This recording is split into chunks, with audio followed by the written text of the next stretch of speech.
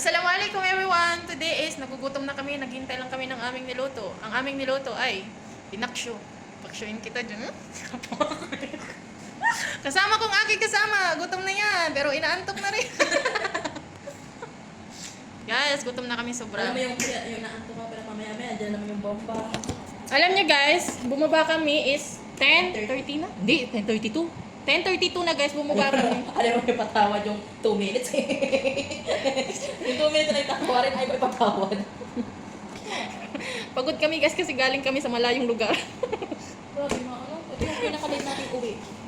Mamaya guys, is kakain kami Ay, pagkaluto hindi, ng nalitin isda. pala. Guys, ito ang aming ulam. Ayan, lumangoy na sa sabaw. Sobrang sarap niyan guys. Ako nagluto niyan. Mais ko dyan. Masarap pero maasim. Sakto lang. Sakto lang. Sa pagtapak mo sa abroad, doon magsisimula ang totoong laro ng buhay. Walang madali, malayo sa pamilya, walang kasangga sa umpisa at bawat sentimo pinaghihirapan. Dito mo mararanasan ang gutom, hindi lang sa pagkain, kundi sa tagumpay, sa kapayapaan, sa magandang buhay. Kaya kung gusto mong mabago ang takbo ng buhay mo, baguhin mo muna ang mindset mo. Imbes na reklamo, gawing aral. Imbes na sumuko, gumising ng maaga, magtrabaho ng mas matalino. Dahil ang tagumpay sa abroad, hindi lang para sa masisipag, kundi para sa mga may malinaw na layunin, tamang diskarte, at paniniwalang kaya nila. Mindset muna, bago resulta. At kapag nabago ang mindset mo, dyan magsisimula ang tunay na pagbabago ng buhay mo. Favorite part ko yung binang mata. Mata. Talo. Ito mo na. Tapos pagdating sa bangos, yung mata at saka yung Buntot. chan. Yung laman. Kaya pala malaking mata mo, no? Oo. Nalik ka sa mata. Naulo ka. So, kung yung malaking mata ka sa walang mata. May mata man ako. Bakit tinamataan? Mukhang Chinese daw ako dahil. Mukhang Chinese na daw ako.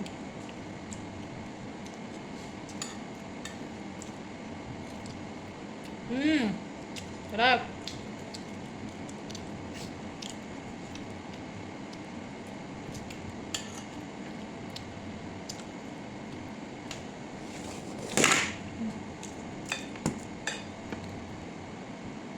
Bahala kayo dyan guys, kung makalain kung gano'n ka lang sumubo. Gutom ako. Hmm?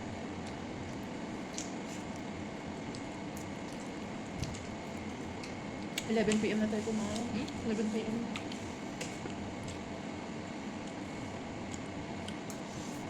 Bakit hindi ako pagkapuntas? Very good. Candy?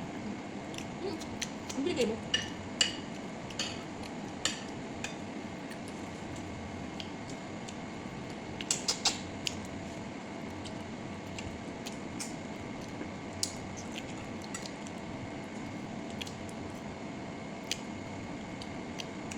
Alam mo yung bro, napaka-arty na day. Pag tayo magluto nito, arty-arty niya. Maano daw, bado amoy. Pero pag siya magluto, di ba day? Hindi ko matik ang ama na niluto niya eh. Kaya. Parang nag-amoy. Ha? Baka Kung may paliwanag kami eh. Hindi naman sa pagkukan, pero syempre may kaya taga-tayo ng pagluluto, di ba?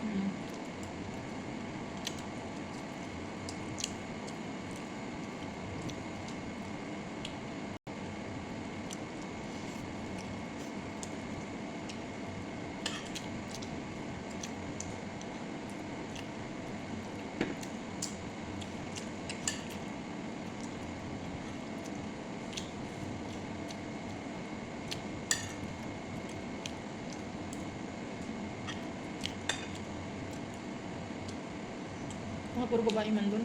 Hmm? Puro babae.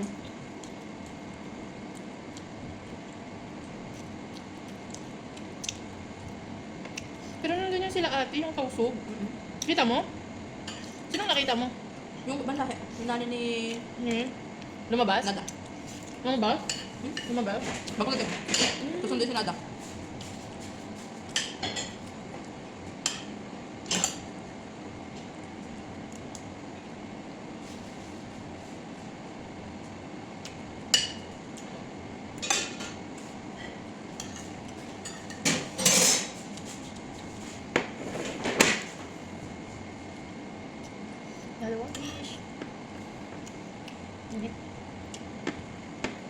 siya, Day.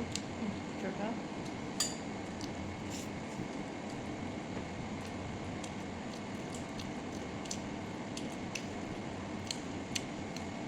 Iba yung tawag sa amin ito. Ano? Pinangat. Nesda?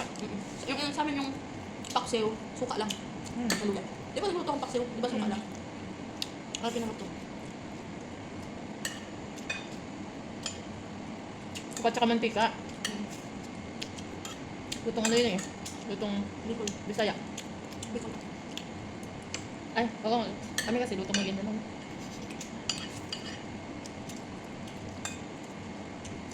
Pero sa amin, ano kasi sa amin talaga, Batangas. Oo. May nakakanta kasi naing na tulingan. Mm.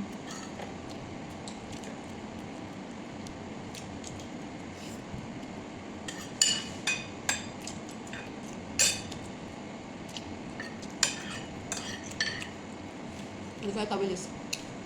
Yung lalabagay mo yung pinakakanya, pinakatinit. Tapos mo sa isaim, yung may kalamyas, piprito mo. Ah, sarap.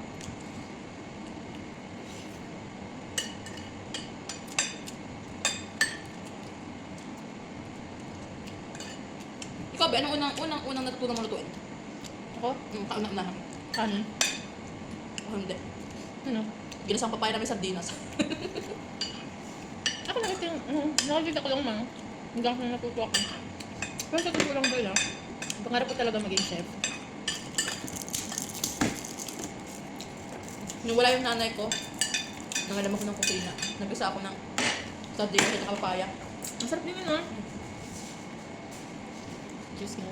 Tapos na, alam mo yung pagkakain ka, yung feel na feel mong, ang dami na kayo, may lagay ng gulay, may lagay ng kanin, yung gano'n, yung feel na feel mong punta ako siya na tinidor ka.